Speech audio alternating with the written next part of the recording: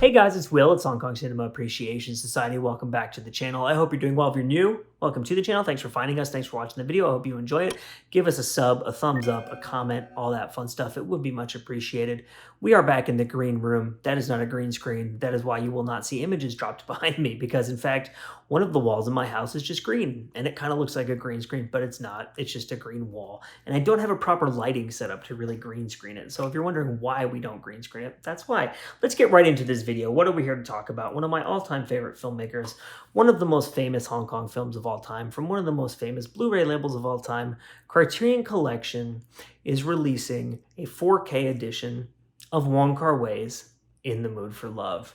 I mean, it had to happen, right? As soon as they started doing the 4K shit, you're like, they're going to do In the Mood for Love, right? Because that's like, first of all, Wong Kar-wai is obviously a cash cow for Criterion based on the number of times they released his films, right? But he also obviously likes working with them because he's involved in these releases and stuff like that too. So they have like a fruitful partnership there. But this is coming out November 1st of 2022.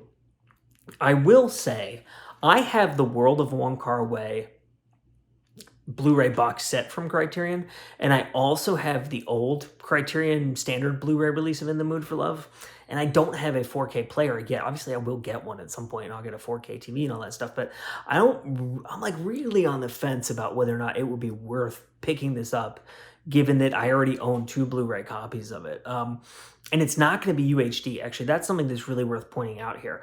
Several people, after this was announced, several people in my Facebook group were pointing out the fact that this is not going to be ultra high definition, which is like the thing they do where the colors pop more. So from what I've been told, again, I don't have a 4K player, but from what I've been told, the thing that really makes 4K releases stand out is not necessarily the upgrade from 1080 to 4K, but what happens with the colors when you do high dynamic range.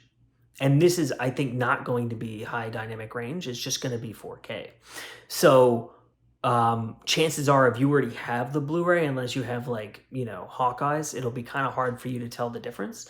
But I know, I mean, I do not want to dissuade anyone from buying this because it is a classic film. It is a phenomenal filmmaker, and Criterion is an incredible label. So don't let me tell you not to buy it.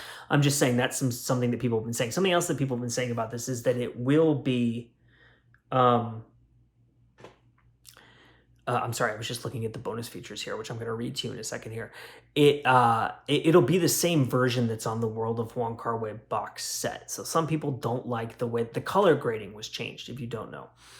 So while Wong Kar-wai was working on the remasters, according to him, what happened was they ended up accidentally turning on some filters during the process of the remaster, and he really liked it. And so he started screwing with the colors on the films. And they also changed the aspect ratio very infamously on Fallen Angels. You can go see my review of the World of Wong Kar-wai Fallen Angels disc to see my thoughts on it. My thoughts are very different than a lot of people's, but a lot of people were very upset about those changes, and so they're not sure if they want to pick this up. I have not minded any of the changes at all. I love these movies so much. I think it's been interesting to see them in a different way, but I think that the heart of the films has been preserved, and it's not really that different of a viewing experience. But again, everyone has their own opinion on it, and everyone is entitled to their own opinion on it. And I do not want to dissuade anyone from their opinion on it. So here's what's going to be on here. This is a director-approved 4K. So it is UHD. So I misspoke. It's not that it's not a UHD release. It's not an HDR release, I think. And that's the high dynamic range thing that really makes the colors pop. And I do apologize for getting that wrong. I'm not like a super technically minded person. I'm more about, you know, the craft and the artistry of the films than I am about knowing all of the technical specifications of the releases, and I do apologize for that.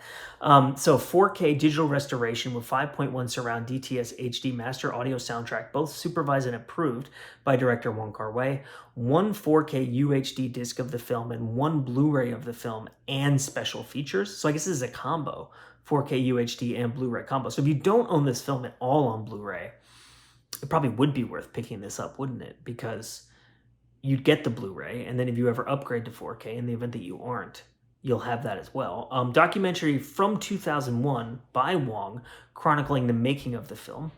Huayang de Nianhua, a short film by Wong from 2000, Interview and Cinema Lesson from 2000 featuring Wong, Press Conference from 2000 Toronto International Film Festival with actors Maggie Cheung and Tony Leung, Interview from 2012 with film critic Tony Raines about the soundtrack for the film, Deleted Scenes with optional commentary by Wong, a music video, a trailer, and a new essay by novelist Charles Yu. So that is the 4K UHD and Blu-ray combo. November 1st of 2022 is the release date for that. It is Wong Kar-wai's absolutely classic 2000 film, In the Mood for Love. My name is Will, Hong Kong Cinema Appreciation Society. I thank you for watching. Please do drop in the comments what your thoughts on this release are, what your thoughts on this film are. We'll see you next time.